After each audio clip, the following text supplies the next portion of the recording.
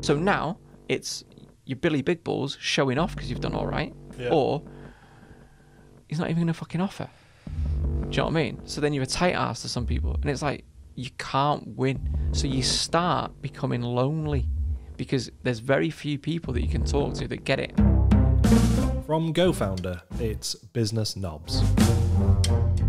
Why is it called Business Knobs, you might ask? Well, there might well be a few knobs on the podcast, me being one of them, but what it stands for is Business No Bullshit. This podcast series is all about the trials, tribulations, and occasional successes of starting and growing a business without the Hollywood filter. I'm Eddie Whittingham, and on today's show, I'm joined by Mike Winnet to talk candidly about his experience having sold his business for a 7-figure sum and the perception of success. There's a big buzz at the minute about being an entrepreneur, a successful business owner. You know, getting passive income or overnight success, side hustles, you name it. Even founders themselves are seeking celebrity-like status when they're just starting out, often at a detriment to their own business. But the reality of it all is that it's an industry full of clever marketing gimmicks to make it all seem so easy, so alluring. The barrier to entry for so many things now is so low that anyone can set up a limited company in half an hour. It's so easy to do things that the quality has reduced so much. It's a saturated market and there's so much shit out there in all areas of life. I blame the internet for that and people buying and insisting that you can do anything you want to do. As well as selling his business and now being the founder of IAM Productions, Mike's well known for his work on YouTube exposing Contrepreneurs. They're those people you see telling you that you too can be an overnight millionaire. You just need to buy their course at a mere snip at $2,997 and then you too can have success. In this episode, we talk openly about that idea of seeking success, what selling our respective businesses has really been like, and some of the classic pitfalls of people blindly chasing success. Mike, thank you for letting me come and enjoy your podcast studio rather than my sort of hokey setup that I normally use. I wanted to talk with you really about the whole idea of people seeking success. So I think people who are listening to the podcast, watching the podcast, might perceive what we've done, i.e. both of us have sold our respective businesses, as in inverted commas success. But I think it's a topic that sort of warrants a bit more jumping into and exploring really. So in terms of your own success, so the audience that may or may not know, you obviously started a business with some other people, you then sold that business. Is that success to you? Was that success at the start when you first started the journey? When did it feel like you'd succeeded? Is that success? I successfully achieved one thing that I set out to do, but I don't see that wasn't my end or ultimate goal with life. So in some ways, I think it's successful to other people. To me, it just felt like achieving something that I planned to set out and work backwards from. So I've said to you before when we spoke off camera, I always knew it was going to happen. So it wasn't a case of, isn't that successful? It was just the thing that in my mind I had already done. I was just on the path to doing it, if that makes sense. But that's not mood board style success that you thought you were going to do it, was it? No. No. Do you know what I mean? Because a lot of people use like, you know, I'm going to be successful no matter what. The law of attraction. And belligerently go after it, and that can be a negative. But they're wankers, aren't they? What it is the law of action is far more powerful or is stronger than the law of attraction. Like you can stand there in the mirror and say, I will be successful. I will be a millionaire. I will grow and scale and sell a business. Whatever that might be, till you're blue or red in the face. But if you're not going to actually do something to make them things happen, then it's pointless. And I think there's too many people that have fallen into that trap than actually think, fuck reading another book or looking for another hack. Let's just go and do the tried and tested things that truly successful people that are almost like world recognized as leaders in business or whatever it might be that you're trying to get success in have done. And very few of them say it was down to one hack, one trick, working 4 hours from the beach on the laptop or anything like that. the truly successful people in any walk of life, whether it be the gym, The Rock. The Rock doesn't watch YouTube videos trying to find one secret hack to building muscle. No, He just doesn't. gets on with it, doesn't he? Arnie didn't do that. But we see those two people as like some of the best in the fitness industry. You've got business people that you recognise. Jeff Bezos. He's been doing that for God knows how many years. He's only just stepped down now. Do you think he was doing 1 hour a week or working 4 hours a week? Or ice baths or 5:30 wake-ups? Or No, but you know, they are just things that a lot of people say because they think they have to say it because they've swallowed some bullshit pushed by the social media sort of guru and the self-appointed guru, in my opinion. No, completely. There are some truths in it, and this is why it's annoying and difficult in my mind. Yes, if you get up 2 hours earlier in the morning, you now have 2 hours to do extra stuff. But if your 2 hours is pretending you've done stuff... If it's posting about it on LinkedIn, for example, you spending that half an hour of those 2 hours posting on LinkedIn about utter tripe about the fact you got up and leaped out of bed. Yeah, you're just lying to yourself. Correct. And that was where the original idea of the word Contrepreneur came from when I started doing my stuff, because my stuff was like a parody of those people, like a bad business boss. When I used to just post like the shit on LinkedIn that I used to do. And originally the idea was going to be online entrepreneurs that have conned people, even conned themselves into thinking they're an entrepreneur. They talk the talk, they don't walk the walk. That was the idea. I think that's not even restricted though to the traditional entrepreneurs. I see it in the whole startup community where they've almost conned themselves that they are, because I don't particularly like the word entrepreneur, but they've conned themselves that that's what they are by having a business which blindly chases investment, for example, rather than profit. Mad, aren't they? Yeah, absolutely. But they think that's success, and it's like, well, that's not success because you're just burning through someone else's money while you're pretending to build a business. You're not building a proper business. A business is meant to be profitable. But this is the thing now. With people going and getting investment, there's so many ways. Again, like I mentioned this previously when talking to people, the barrier to entry for so many things now is so low that anyone can set up a limited company in half an hour. Anyone can set up a GoFundMe. Anyone can set up their business on a crowdfunding site. Yeah. It's so anyone can make a fucking rap track in their bedroom. Do you know what I mean? It's so easy to do things that the quality has reduced so much. It's a saturated market and there's so much shit out there in all areas of life. I blame the internet for that and people buying, insisting that you can do anything you want to do. Yes, but if you're searching for that content, you're probably not going to be that person. But with the investment thing, if you are going to be successful, in my opinion, you are more likely to be successful if it is your own money you are spending to achieve that thing, or your salary or wage you're going to pay yourself at the end of a month, 2 months, 3 months is based on how much you sell of the thing that you do. Yep. Having no money in your bank account or spending your own money is a far bigger motivator than being, hey, we just raised £2 million worth of investment. What do you think you're going to pay yourself with in month 2, 3, 4, 5, 6? 6. Yeah, nearly. Yeah. But we see that a lot though, don't we? Because we see, someone gets £2 million investment and they're whacking themselves 50, 100 grand a year, and it's like, but the business isn't profitable yet. Yeah, I would love to see the stats where if you've got investment, how likely are you to succeed? And I would guess, and I don't know this, I'm just throwing it out there, someone will check in the comments saying, you were wrong. But I would guess you are less likely to be successful if you get startup investment than if you jump in with your own money. So when I started my company, it was just my own money in the bank, which was about £1,000. I had the world's worst laptop that used to turn off every 30 seconds. Well, slight exaggeration, about every 5 minutes. And it was, I had to make it work. I didn't get investment. I had an opportunity to get investment a little bit later down the line, and I turned it down because I knew it wasn't the right thing for me, because it would have probably just given me more problems than answers. Yeah. And I knew that because I had to make it work, I'd just find a way. And that meant me, rather than say taking 100, 200 grand on at the start, which I would have honestly just spunked up the wall, I actually had to think and figure out how to do it myself. Yeah. So Googled everything, set up, I use open source software for our learning management system, all that stuff plugged together. But if you'd have given me money, I'd have probably spent £100,000 building something that I got for free. Yeah. And I think people get obsessed with with investment, and they see the investment as success. Yeah, no, all that does is you've now done the thing that puts you to start the business. So the actual hard work starts that day. You've not finished the journey. Yeah. You're now on day one of the graft.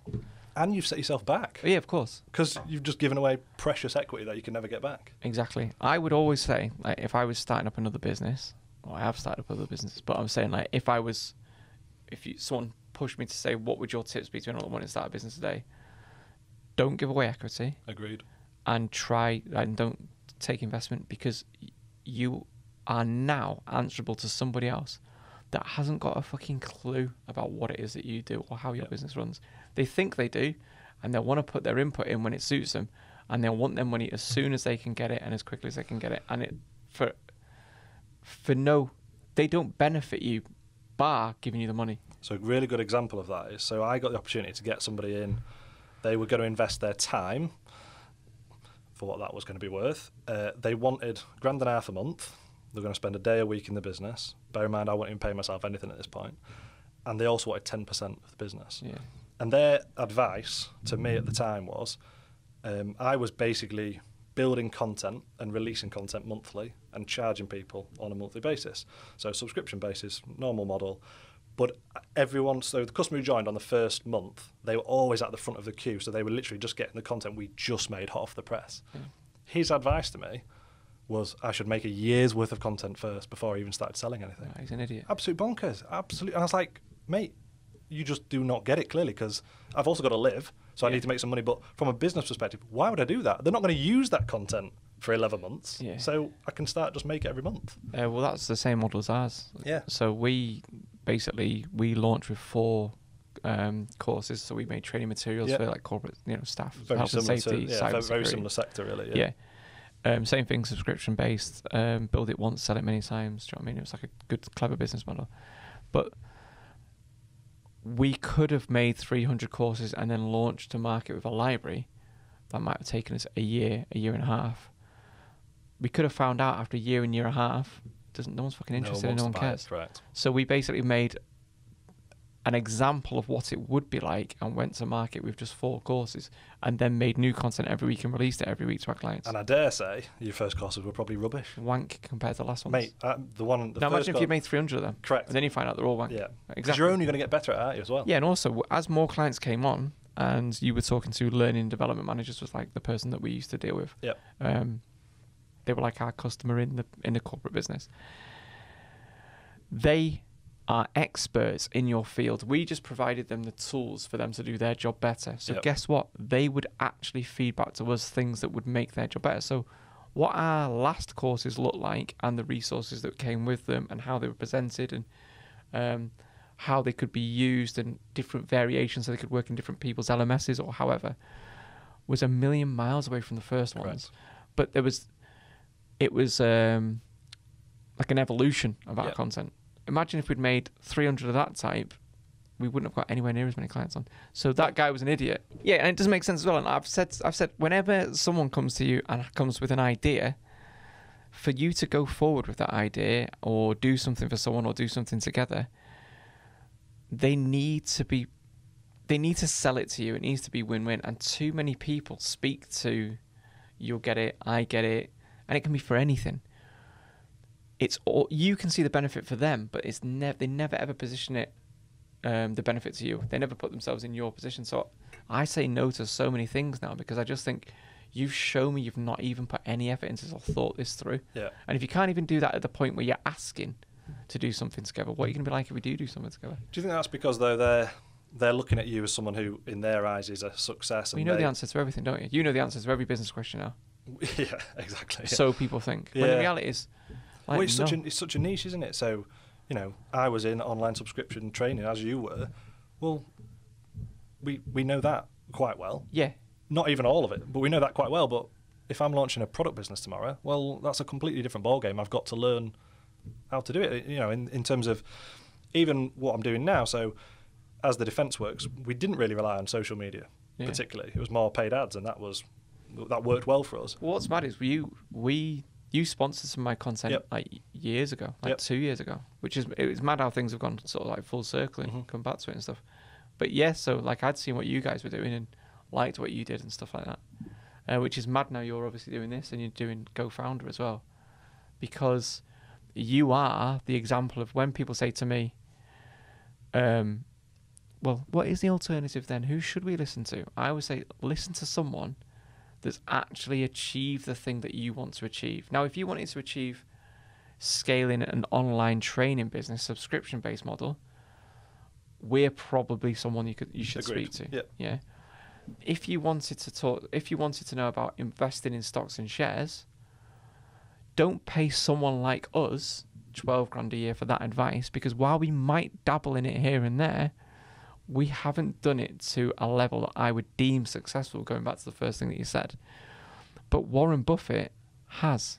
So just go and read and look at the stuff that Warren Buffett does and try and replicate it. Yeah. Don't go to people that aren't experienced in a sector and then ask them for their advice on something they have never ever achieved themselves. It doesn't make any sense whatsoever. No, it doesn't. And even if you are in the same industry, so that person I mentioned earlier who gave me that terrible advice, they were in the same sector, They're same not mates industry. with you, are they? No. All right, fine, yeah. They were the same sector, same industry, but not online training. So Yeah. they still didn't get it, and their opinion was kind of worthless, really. Well, speaking of getting it, when we came to selling our business, our accountants laughed at us when we told them, and I'm talking when we told them like 3 or 4 months before we sold the business what we were wanting to sell it for. Right. They were like, it's not worth that. Well, They thought it's worth 1.2 million. it's worth what someone's willing to pay for it. Well, yeah, exactly. But it's not worth that to someone that doesn't get the model. Correct. Or what we do. Was that, I mean, this is quite frightening if it's true, was that because the accountancy didn't get the subscription model? Partly that, but they couldn't see that the person that was going to buy us, our product would complement their product, and there was a cross-sell opportunity. Yep. And also they had a product that was far more expensive than ours, so they could sell an expensive product to our existing client base, and then equally they had a bigger client base, they're like 3,600 customers. They could now sell our 10 grand product to 3,600 customers. Yep. Which, even if they only got a 5% or 10% uptake, Yes. Going to pay for itself. Exactly. Yeah. And the maddest thing was as well, which we didn't know at the time, was the people that bought our business had actually acquired a number of other businesses, and they sold 9 months later for $2.6 billion. Wow. So they were just going, swallow them up. What do they want? Boom, give it to them, give it to them, give it to them. Because they knew once that was all piled together, subscription-based, the multiple would be a lot higher for them as well. So we were just swallowed up, spat out, and bought by someone else. And I think that's part of the whole success picture that people don't necessarily talk about. So I am under no illusion that I only sold my business because it was kind of the right place, right time. Yes, we'd put the work in to get there. Can't put it in a course, can you? Correct. Luck. Correct. Market conditions. There are so many variables outside your control. And this is what I mean. Me and you, and it sounds mad saying this, we've probably got more right to be stood on a stage at a 10x growth conference or a success resources event telling people how to grow and scale your business for £1 million exit, multi-million pound exit, whatever it might be. We are more qualified than the people on stage trying to convince people that they know what they're doing, because we've actually done it. But we're smart enough, ethical enough, honest enough, whatever you want to call it, to realise that as much as you've got to have a plan, you've got to have a good product, you've got to sell it to customers and grow your business and stuff like that, put in the hard work, be smart with your decisions. Yes, it's not a choice between working smart and working hard. It's do both. Work hard at the smart stuff, all that. There's still an element of luck. 100%. And honest and true entrepreneurs, business owners will acknowledge that. Idiots don't. Correct. And you can't sell that as a tagline. Do this course and you might become a millionaire. Do all this if you get loads and loads and loads of luck. Yeah. And you've got to have done all this hard work, but you might still probably fail. You're not going to sign up for that. Yeah. So if you do everything that this course says, you have now only got a chance of achieving that multi-million pounds. That's all you're doing, like that, and that's all it is. Correct. And so that's what's interesting. So I'm starting GoFounder. So I'm building out the courses. The courses are going to walk people through the absolute basics of making a website, all that sort of stuff. The really tangible stuff. I don't expect loads of people will sign up, in truth, because there's not that instant gratification. So a lot of online courses will have instant gratification. You'll feel like you've achieved something, etc., etc. Yeah. This will be a bit of a slog. So it's only going to appeal to those people who go, do you know what? I want to do it. I think I can do it. and I'm willing to put the effort in, and I recognise it might fail, but that's not a sexy proposition, is it? No, and you are, in many ways, you're now narrowing down your appeals. But there's two ways of looking at this, I think. Number one is those that do sign up, knowing full well what they're getting themselves in for, and it's being pitched sort of realistically, like you are only coming to learn the tools that gives you a chance at being successful. Correct. And that's only 2/3 of the formula. Over buy this and anybody anywhere will be successful. Well, that's what really gets on my tits. It's that idea that it can be anyone, anywhere. What a load of bollocks. Yeah, no, it can't. It can't though, can it? No. It just can't. I get it. It depends how you define that. It's a lovely theory. It's a great theory, isn't it? Yeah, but I get like how they can go, well, he's made it and he's from, yeah, but he probably wasn't online looking for those types of things. But if you are making it sound difficult, it will appeal to a group of people that are more likely to put the effort in, and then it's eyes wide open. Now, if they are successful and they get the support that you're promising them that they'll get, and you're not over-promising, under-delivering, it's like, this is what you get, and you actually do provide them with a good service. This is just my opinion. If they are successful, will be the biggest advocates and the biggest fans of your work, and you will probably long-term do better. And you can then charge more, because the proof's in the pudding then. It's almost like, look, only 50 people have done this thing, rather than 5 million people have done the Dan Locke course. 4.5 million people are fucking complaining about it because it's wank. But you can go, only 50 people, and 35 of them have gone on now to actually start their own business, and they're still in business. You're looking at the conversion rates, and that's far better. Yeah. So while short term it might damage you, I know a few people that were like borderline grey area entrepreneurs a few years ago. Open the floodgates, let's target the lowest common denominator. Hey, have you got arms and feet? You can run a business. Be a millionaire. Yeah. They went from that to go, do you know what? I'm only going to deal now with people that are business owners with 50 grand in the bank. All of a sudden, their pool, their pond, whatever that they were fishing in, had niched right down. But now they're charging 30, 40 grand a year for their products, rather than selling it for 97 grand. And these people now, they're taking on like 100 people a year, and they are diehard super fans, and it's like an exclusive group now. Now, I'm not saying that's the right way to go, because it's too. You're excluding people as well there, so it needs to be that balance, doesn't it? Yeah, but my point there is, it's like these, like what you don't get about this company here is they're not on Scam Report, they're not on Contrepreneur Bingo, they're not on thing. It's almost like we only look for people that have got an established history and experience in business with a certain amount of revenue, because it's easier to make a good person great than take an absolute shite person and make them good. Yeah. Like, and that isn't the person. I mean, if you've only ever worked as a dinner lady your whole life, that's it. You rock up, you do your 3 hours in the before the lunch, you do an hour and a half afterwards, and then go. You are not now going to make six figures. That's too much of a jump. Yeah, exactly. Correct. That's too much of a jump. And that goes back to that won't be popular, by the way. People will object to that. Of course they will. Even though it's perfectly logical. But I say this as well, right? If that offends you, and I get this, especially with a lot of my early content, I find that offensive. People that are actually going to be successful, they won't listen to me. They don't care. Yeah. They will dismiss me being negative or demotivational and go and achieve it anyway. So if that offends you, upsets you, and doesn't motivate you to prove me wrong, then you weren't that person anyway. So it actually does apply to you. Do you really think someone that is dead set, has got a plan, and they know what they're working towards, gives a shit about me making a YouTube video saying, do you know what, the chances of you being successful is 1 in 500? Yeah.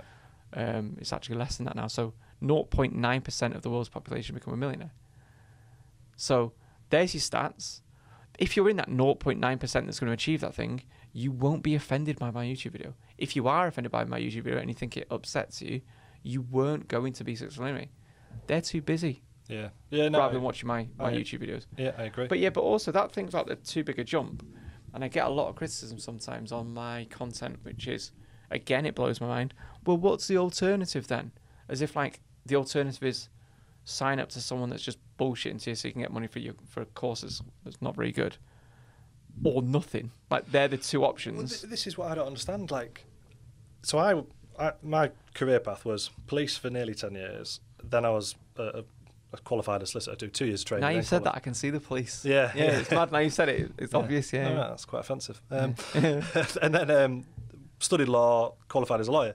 So a public sector background, then a very corporate background, then went into business. Now, I had no business experience then, which I always say in hindsight, I wish I hadn't have studied law and done that. I wish I'd gone and worked in a startup. Yeah, I thought uni was a waste of time.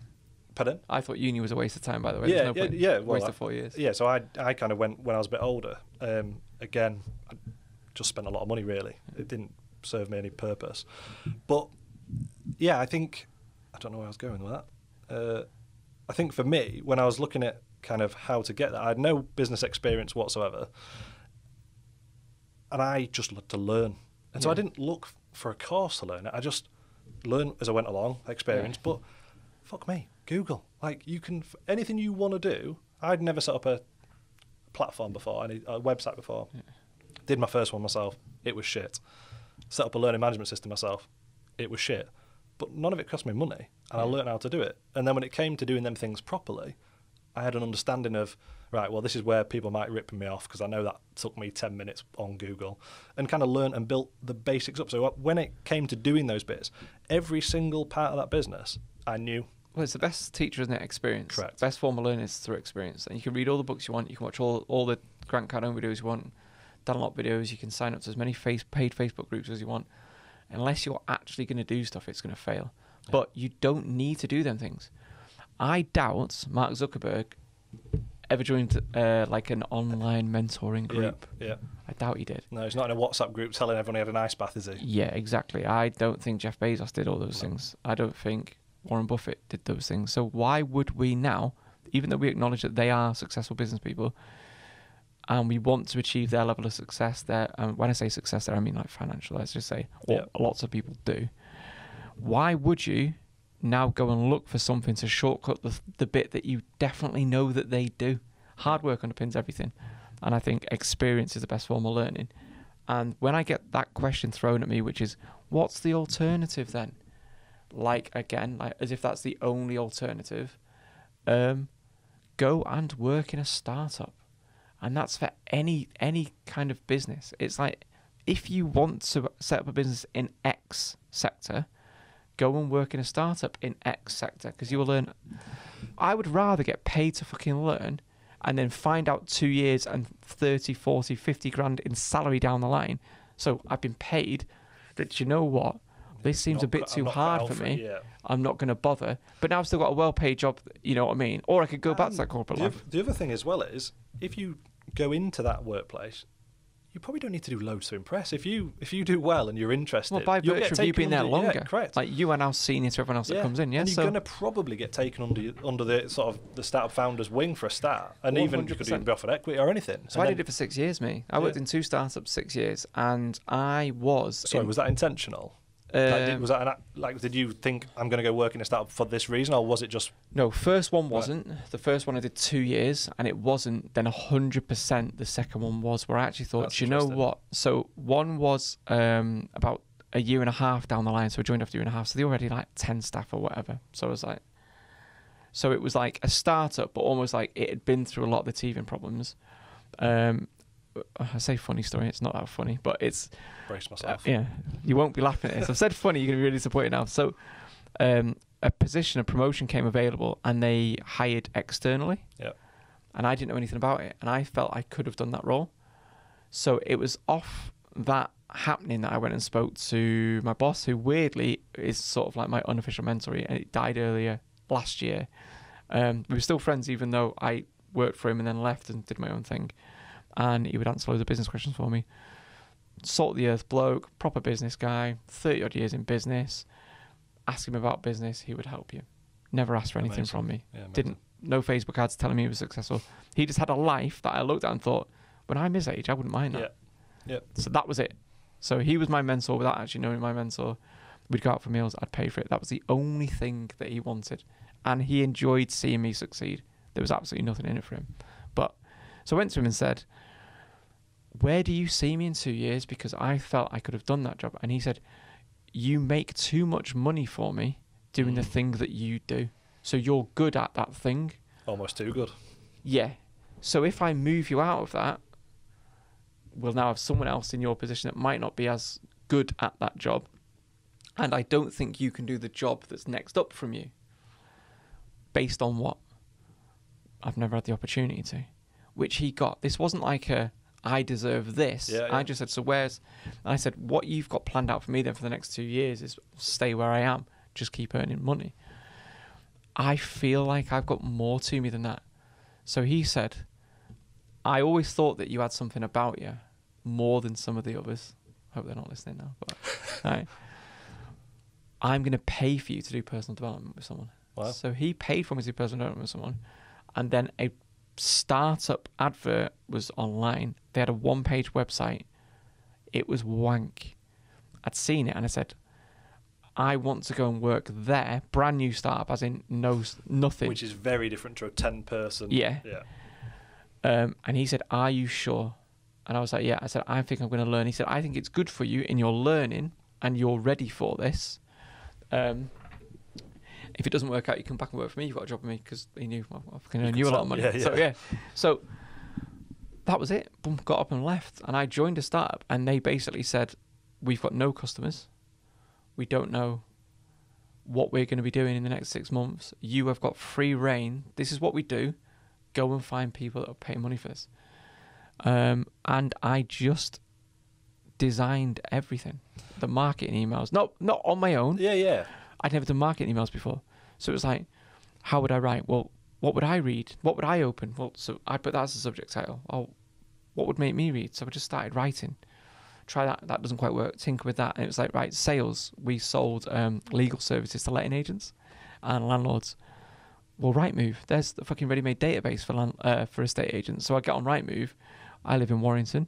So I'll just search for estate agents in Warrington. Pull a list of them. Yeah. And then before I know it, I'm doing outbound. I've not got a script. Well, this is what we do. Are you interested? Can I book an appointment? So I went from only being a guy working in a startup where it was like, these are your targets. This is how you make outbound calls. This is your job. And that's very different, exactly, because that was a job, and the other one was like, you are fully part of that startup, and it rests on you, doesn't it? Exactly. So I'm sat in a room now, 3 directors and me, and they're talking about business rates. They're talking about marketing campaigns. They're talking about, pay per click, how much it costs, customer acquisition, average lifetime of a customer, business plans. These are things that you would not learn working for BP, Absolutely. Tesco's. Yeah. So I was sat there like a fucking sponge, age 24,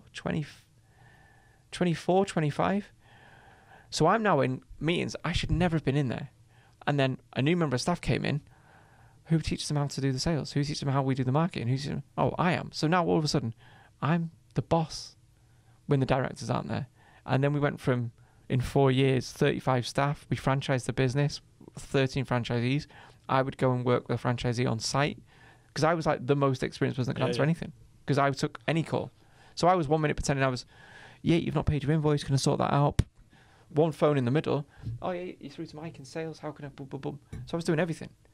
But so were they. It wasn't that's like the perfect apprenticeship, isn't it? Exactly. And I think that's the problem. People jump to. But I got paid for that as well, by the way. Yeah, exactly. Yeah, you're not doing that for free. I also got paid. Yeah. Mad. So you get that's like going to uni, but getting paid to go to uni. But I got paid less than what I did in the job before, and I think that's another thing people don't see. Yeah. They go, well, I'm on 30 grand a year working as an IT consultant for, this corporate company. Wow, you might have to drop down to 25 for a year, but then you've got opportunity to either grow, be senior. You're going to be IT director in the other business in 2 years. People are too hooked up on the salary though. They always want it to go up and up and up. So similar story. That's why wank recruiters bounce from job to job and say, "Oh, look, I'm on." And they're all they do is they get a little bump on, they get a grand on the basic and happy with that. They're so short-sighted, it's unbelievable. Because in my journey, obviously in the police, you stay there, it goes up incrementally. When I left, I think I was probably on like 27, 28. Dropped down some part-time hours in the police while I was studying, so then it went down to say 23. Then I joined at the law firm and it went to 24. Then I qualified, it went up to nearly 40. But then I'd gone back down to 0 because I just started my business and I had fuck all money coming in. Well, I was on 70 grand a year at that startup, and that was after tax. Wow. So no, it was like $4,500 a month after tax. It's a lot of money. Which is mad for like a 20 whatever Absolutely. year old lad. So it worked out like $70,000 a year, whatever. And age 29, I just quit 10 o'clock one morning. Boom, boom. I thought I was 29, and it suddenly dawned on me, I don't think I'm ever going to be ready to set up my own business. But I thought like I would feel like it's at 39. You never, and I think you're never ready, are you? And I knew, so I had, again, fake it before you make it's bullshit. So I had basically scaled back all my spending, and I knew my expenses were $2,000 a month. And I decided that the day I hit $12,000 in my bank account is 6 months worth of salary. So I'd be paying myself out of my bank account, so I could set up my own business and have a 6 month runway where I'm not distracted. I'm not going to make bad decisions. I'm not going to go back and partly dabble with that as whatever. I'm going all in 100% from that day. And I just did it. So I think that's a good point there, because it's like that thing of, you mentioned you like looked at your outgoings basically and said, right, this is limiting him down $2,000 a month, right? But most people, they'll have a mortgage at that point. I did, but I could live with my missus and she could pay it. She was a teacher. Baby so on the way. Yeah, exactly. But I bet you didn't have a Range Rover on tick. I still had a 13-plate Ford Focus after I sold my business for £8 million. I've still got a Suzuki Swift. Admittedly, I don't drive. But that's not like a badge of honour, by the way. But exactly. people be like, one of the first things I got when I sold the business was, aren't you going to buy yourself a car? And I was like, what? Like, buy yourself like a mint car? And I said, but I only used to drive to the office. I now don't drive anywhere. So if anything, I'm less in need of a car than I've ever been before. I don't get it. And it's that kind of thought process that I think people don't get, and that's probably why I'm the most boring person to ever sell their business. Didn't buy a watch, like nothing. I dress in exactly the same names, brands that I did. And again, that's not I'm doing it the right way. No. It's just that is what I am. But typically, I think the people who are massively motivated by the materialistic stuff, they're going to find success. They are the ones that I think so. They are the ones that, listen, if you are spending 50% of your energy, time, and effort trying to convince people you claim you don't give a fuck about on social media, but quite clearly you must do, that you are successful, rather than using that 50% of your time doing everything you can be and that effort into being successful, I know which one is going to win that race long term. Yeah. And that is why I believe that suicide's so high in males, because it's a mixture of wanting to look successful, social media, pressure they put on themselves a lot of the time, pressures from outside, but that's also pressure that you've contributed to. Mm-hmm. Cocaine use, probably a lot of the younger lads that I know that get involved in business and stuff. They want everyone to think that they are some high-flying business owner when they're 3 months in. They're getting the Lambo, not the Lambo. They're getting the Range Rover. They're renting a house and all that. £500 car on tick when they're getting paid $1,000. I know some that are on $1,000 a month and they paid it on credit card. And I hear other lads in my friendship group like, he's doing so fucking well for himself. He's nearly crying to me saying, what the fuck? And I'm like, the first thing that needs to go makes your car. But he's like, well, if I do that, it looks like I failed. But that's because you've created that reality. Yeah. I did in our business. I've probably done about 300 face-to-face meetings in my time as a sort of working in startups. Some for when I've been employed, and then for myself. Interesting, when I stopped doing face-to-face meetings and doubled my sales, which was a mad thing that I did in 2016. I did that, and it was the maddest thing ever. I just stopped going to meetings. Like, why? Tell me what I can't tell you face-to-face, or that I need to tell you face-to-face. And it was mad. My order value increased, and so did the number of sales I just stopped doing meetings, and it was mad the difference it made. If you want to see me, come here. No one did, bar one person, 2 people. 1 meeting, 2 people from the same business, and it was I just wanted to see if this was true. I wanted to look you in the eyes, because this doesn't seem right. So sign up. Anyway, no one at any of those meetings asked me what car I turned up in that day. No. Ever. No one's gone, what car? Was it an Audi A4 on finance? Was it a BMW 3 Series on finance? No. I drove the same Ford Focus to all of those meetings. Did you do what I used to do, which was park it around the corner for fear of being seen? Because I had my mum's old Corsa that she'd given me £500 banger, and I used to park it around the corner because I was scared. Oh, did you? No, it was all right. It was it looked all right. It didn't. I mean, it's fucking Focus, isn't it? But the point was, it was like, But you can pretend, though, can't you? Because I could have had a really flash car and go into all these meetings, but it wouldn't have made my business any more valuable when I sold it. No. If anything, it'd put more pressure on me to do things differently, quicker, and I'd have failed. Some pressure's good, though. Of course. Don't get me wrong. Yeah. But that's where the whole thing, we go back to the point that we made about investment. Not having investors and knowing that I have to close this meeting while I'm here to make sure I pay myself at the end of the month is the biggest motivator ever. Well, and there's no way I could take 100 grand of investment from somebody and then be driving around in a 500 quid a month car or something. But a lot of these wankers do, though. That's the mad thing. It's criminal. Yeah, of course it is. It's absolutely bonkers. But that's the difference between those that are going to look good and burn out, burn brightly, burn out quickly, or whatever the saying is. Probably not even that, but, what is it? Twice as bright, half as long? There's a quote in there somewhere. Yeah. So obviously, Mike, when you had that big moment of selling the business, that's deemed the success moment. Done it, yeah. Been there, done it, smashed it, got the T-shirt. But has that changed you? Has it changed people's perceptions of you, how you interact with people? 100%, yeah. People say, money wouldn't change me. That's something that people that, don't have money would say. It's easy to say what you wouldn't do when you're not in that situation. I found myself changing because the way other people spoke and treated me was different. And then normal conversations I couldn't get into them in the same way. And it was over stupid things. So I felt I was second guessing just normal conversations that if they'd happened 6 months earlier, would have been fine. Perfect example of this was, all of a sudden I knew the answer to every business question known to man, and it would be non-stop. And it's like, stop, please just stop talking about these things. I don't know the answer to every single business problem, but people suddenly think that you do. People suddenly think that they want you to give them a strong, ironclad thing that they can do that would make them successful. Like, what's the one thing I can invest in that will make me X? How can I become a millionaire in 6 months? It's like, if you're asking these questions, you're probably not going to achieve these things, because you are only as good as the questions you ask. Yep. And you are the content you consume. So if you are searching shit questions, you are getting shit answers to the wrong questions. Yep. And I was getting bombarded with this, so it annoyed me a little bit.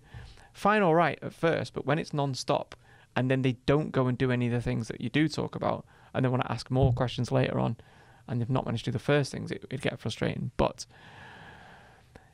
I changed in a number of ways. First one was, so I'd be walking to school on the school run. Obviously, I didn't go to work anymore.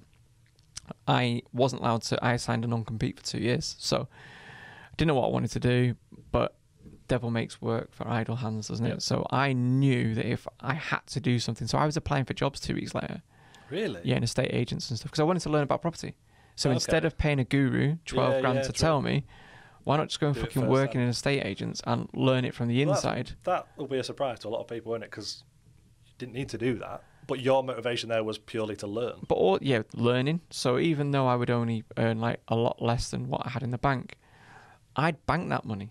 That was almost like, this is just my salary I'm owed over the next 15 years. So why don't I use the next 15 years to learn stuff and still make a little bit of money on the way anyway? Yep. Learn stuff that would benefit me long term. So property investing. I could go and sign up to someone's course, be missold all the way through a process and not actually be any closer to achieving anything in property, or go and work in an estate agent. So when a landlord would phone me up, I would listen to his problems firsthand. He wanted to sell his property. I was in a prime position to, well, I'll buy that. The numbers stack up there. And I was around people that did it every day. So that was my thought process. Weirdly, no estate agent in Warrington would employ me because they had known what I had done. Yeah. Most of them. And they felt like, what's the catch here? Why do you want to come and work for us? And also, they didn't have me by the balls. Yeah, because you could turn around at any moment and just say, actually, if you speak to me like that now, I'm off. Yeah. So I couldn't get a job, even though I was saying, I even said this to one estate agent, I will work for free, just pay me commission on the actual sales and business that I generate you. We will set that up so it is risk-free, but pay me on the money I generate in the business. And they still wouldn't. But I think it's probably intimidating to a business owner where they think, I've got a lad here now sat up being my lettings manager. Who's got more money than I have. Than we have. Yeah. But again... But now, matters. No, but this goes now back to that point I was making about, this is why you start changing. In my head, That's why they're not taking me on. It might have been any reason. You might not have enough fucking job. I might have thought you were a knob. Yeah. So, but do you see what I mean? Yeah. So now you're thinking, oh, it's probably this. It might not be that thing. Point. So I'm second guessing why he's not taking me on, you know. So I'd be like walking the kids to school, and my neighbour would say, "Fucking hell, you won't believe what's happened. The boiler's broke. Got a guy's come round. He's quoted me 800 quid for the boiler to be fixed. Absolute nightmare." And you're like, "Oh shit, mate, that's a wounder. You not got boiler cover? No. What are you gonna do? Oh well, I'll just take a loan or something." That is a conversation you might have with any of your dads on the playground. Whatever. Fucking ball ache, because my car's broke. Catalytic converter's broke. Whatever it might be, normal conversations. But then I'm there thinking, oh shit, he knows I sold the business, I've got that money. I could give him that money and lend it to him. Is he asking me? No, he's not asking me. He's just telling me no, if we had this conversation a few weeks ago, this is sound. Then I'm thinking, was he asking me and I'm not taking the hint now? Yeah, so then, now do I look like a tight ass? Rude, almost. Yeah, but then it's almost like, but wait there, I don't want to offer him the money like for no reason. Like I've not won the lottery. It's not like I've won the lottery and I've got money that I didn't deserve. I took a calculated risk, didn't pay myself for a year, did all the right things for 2.5 years, grew scale. I did 6 years of working in a startup to put me in that position, and I sold the business. Why would I be handing over essentially my wage? You weren't giving me £100 a month when, you know what I mean? That's a good way of looking at it. But I sound like a dick saying this, but I don't think people think of it when you sell your business as that. You are just getting wages. You are. For the rest of your life. If you're 30 and you get given 2 million quid, that's 2 million quid for the rest of your life. So think you've now got to go to 65. So that might only be, I've not done the numbers on this example, but that might only be, so now I've got 20 grand a year for the next 20 years or 30 years or 40 years. That's not get rich or, you're not millionaire, really. Do you know what I mean? So I used to start second guessing conversations like that. I went on holiday with some of my mates and I said, I'll pay for the accommodation. Half of them were fucking buzzing. Oh, you don't have to, Mike. Oh, but thanks so much. Don't worry, we'll sort this out. We'll sort that out. The other half were like, oh, I think he's fucking flash bastard. So then you can't win. So now it's your Billy Big Balls showing off because you've done all right. Have you done all right? But you're showing off, or he's not even going to fucking offer. Do you know what I mean? So then you're a tight ass to some people, and it's like you can't win. So you start becoming lonely because there's very few people that you can talk to that get it. I was lucky because Ian, so I've got IAM Productions now. Yeah. Ian is Ian and Mike, who went through exactly the same thing. He went through that old business with me. We sold the business. We had exactly the same amount of money in our bank accounts. Our families are similar sizes, similar ages. Our kids, our sort of standard of living is very similar. We're not flash. We're boring bastards, really. We proper take the fun out of everything.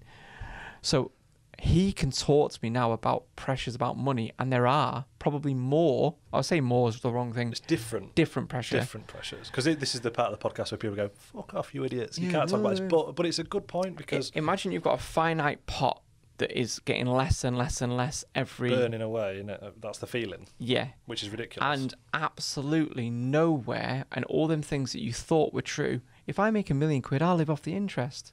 The banks give you less than 1%. So on £1 million, you're getting 10 grand a year. You are not living on 10 grand a year. You were living on more than that when you were working. Like, people don't get that. You can't live off the interest on £1 million, £2 million. Like, you still have to work. Yeah. If you're in your 30s. So it's not, this is it, I think it's important. That this is not a complaint of having done that, got the money, but it's just it's interesting. The misconception other people have about what that brings. People don't talk about that. So it's like, you and I have now got a pressure of, you've got to be quite sensible with that, and you've got to be quite wise with that. But it's also that's something else completely to learn about. Yeah, that you've never had to deal with before. Because we're not financially literate, are we? Working class lads and stuff, right? So you kind of know you need to invest in property. You kind of know stocks and shares and stuff like that. But that's sensible stuff. But then you've got everybody out there that sees you as a fucking cash cow now. Everyone wants you. Do you reckon they do? I'm talking about... No, not... I'm talking about, like, in that world. So you've got now... Yeah. Oh, sorry. Your financial advisors. Yeah, the financial advisors. Yeah. Now I can get them to do this. Where no, you just want the real commission, and you're selling me fucking fantasy numbers that might happen. Correct. But you're getting real money out now. People that now know, do you want to invest in my business? You didn't give a fuck a while ago, but now I'm a cash cow. So you're coming to me with deals like, well, if you just put in 50 grand and do 50 hours a week, and I need 20 grand payment for my part of the deal. They were real offers that I was getting made. Again, that whole win-win thing doesn't make sense. So you start thinking like everyone wants, when I say everyone, I don't mean, you still get your close family and friends, but again, you will see some changes with some of them, by the way. Right. It's interesting for me because it's been a year of lockdown since I sold. So I sold a business in lockdown. You've in a weird way been cocooned from that. In a bubble. So I've not, I've, daft as it sounds, I've not been to the pub with my mates yet and maybe experienced that. And my close mates, it won't be a problem, but there's other mates where it might be a bit weird. Yeah, and some people weirdly now believe that they're entitled to some of your windfall by virtue of they have known you or met you before. Mad. I had someone saying to me, are you going to sort me out with some money? Really? Yeah. And I was like, why? And they went, well, and they give me the reason. And I went, just out of interest, how much do you think I should be sorting you out? Like, what's a good number? Well, I went, so I said, humour me, 500 quid? I went, 500 quid, you sold your business for this, I should get at least 10 grand. I was like, what for? Well, I whether I should or I shouldn't, I don't know, but I've never publicly said the amount I've sold my for. It's a 7-figure sum. I wish I never did, but I felt drawn out because with the content I was making, people were like, what the fuck have you ever done? Like, you're calling people out. Yeah. I wasn't calling people. No, but I know what you mean. You're putting yourself out there for a bit of abuse. But like, so you've never achieved anything. And the biggest thing was like, you're just jealous that they've achieved something. When I was thinking, I've achieved the thing that they're pretending they've achieved. So I ended up saying it almost like stupidly. This is my authority on it. I've done the thing and I'm still telling you don't fall for it. It's not that easy. Yeah. My story's a unicorn, really. To do it in 2.5 years, no investment. Yeah, exactly. They're selling the unicorn to you, and then you start having a distorted reality that this is normal. No.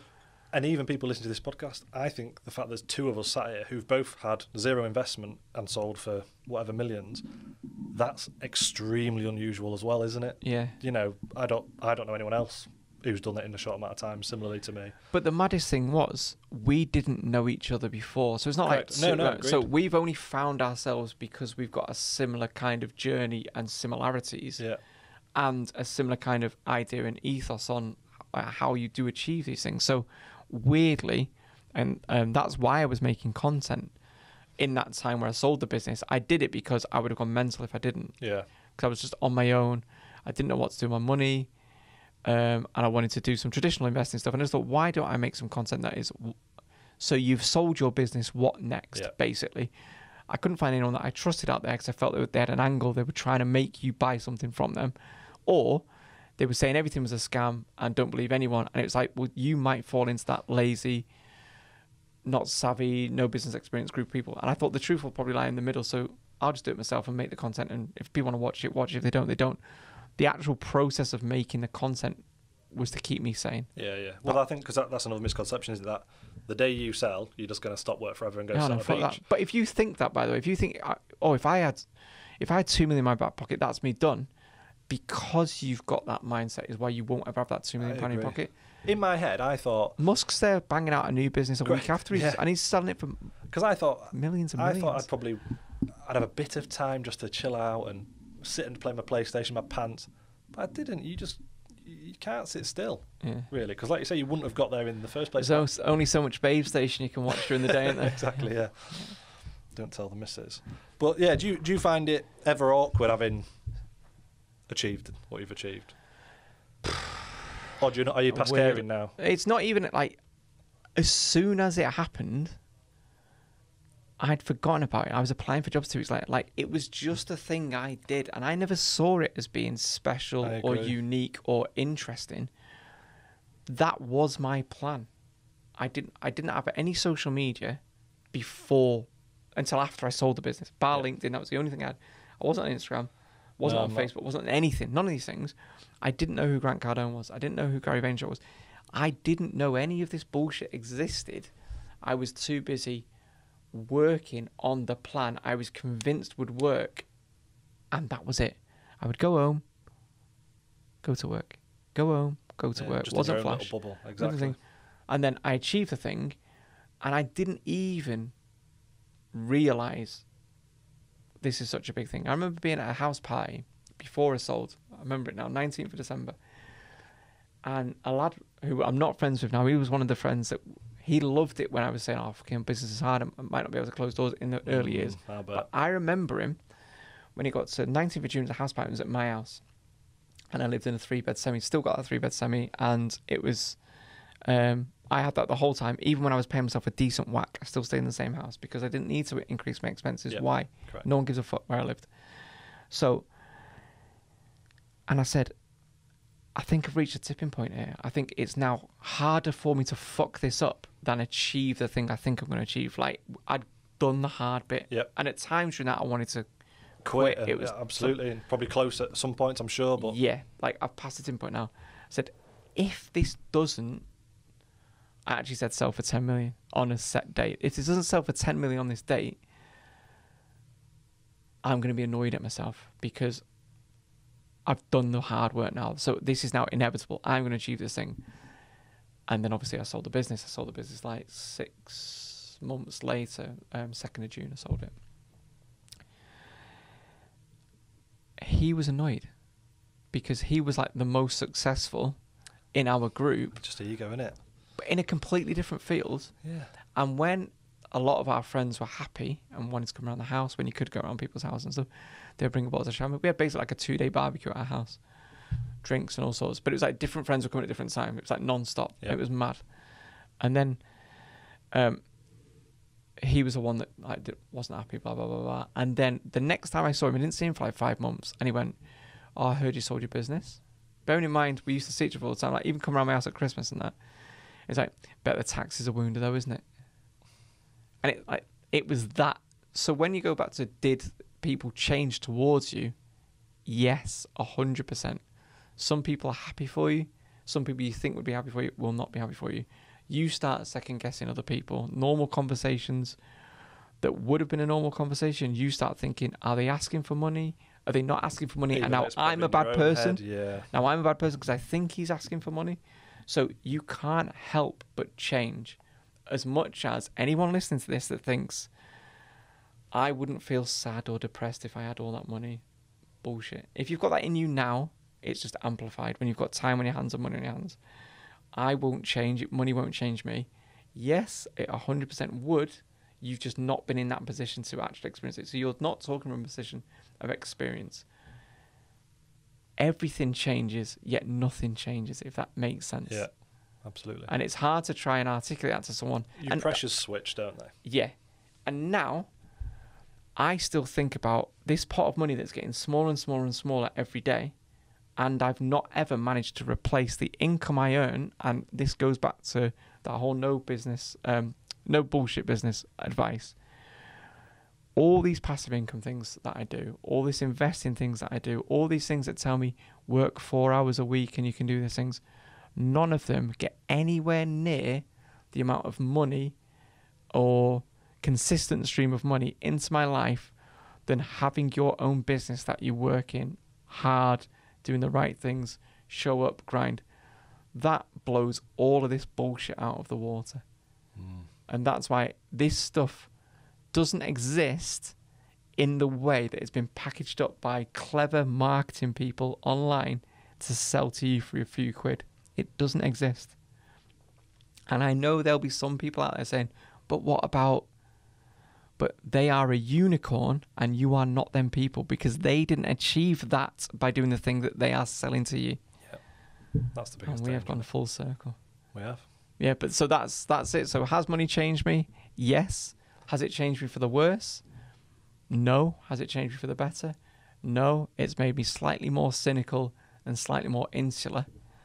But I think as you get older, your circle naturally becomes smaller anyway. Yeah. Because you put up with less bullshit, don't you? You do, and you care less what people think. Yeah, and also as well, when you're in a telesales team, if you just look for your natural career or in the police, in your example, you're 1 of 10, and then you become like the top performer on your team, and then you'll get moved to another team, or you become team leader. So now you've gone from being one of the boys to kind of one of the boys, but you need a bit more responsible. Then you get picked up again, and now you're running the call center. Now you can't be talking about fingering Jenny at the Christmas do because you get in trouble for it. So you change how you are through life anyway, and you earn more money as you go through life anyway. So we all change as we go through life. Is it the money? Is it age? Is it responsibility? But you naturally end up with, at the end, it's just you and the closest 3 or 4 people that you're either married to, have kids with, and maybe 1 or 2 ride or die mates you've had for most of your life. That's what it ends up with. But you have lots of people through life that you meet, and I don't think that's because of the money. Yep. I just think that's life.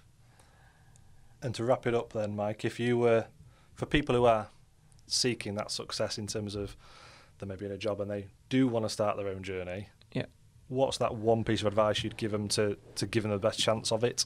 100% go and work in a startup business. I completely agree. And just do 2 years. Think of it as an apprenticeship, a paid-for apprenticeship where you will get so much value that even if you decide it isn't for me, you will be further along in your career compared to being part of a corporate structure. 100%. So you can't lose, even if, and this is one criticism I've had when I've given this advice before, is what if that startup business fails?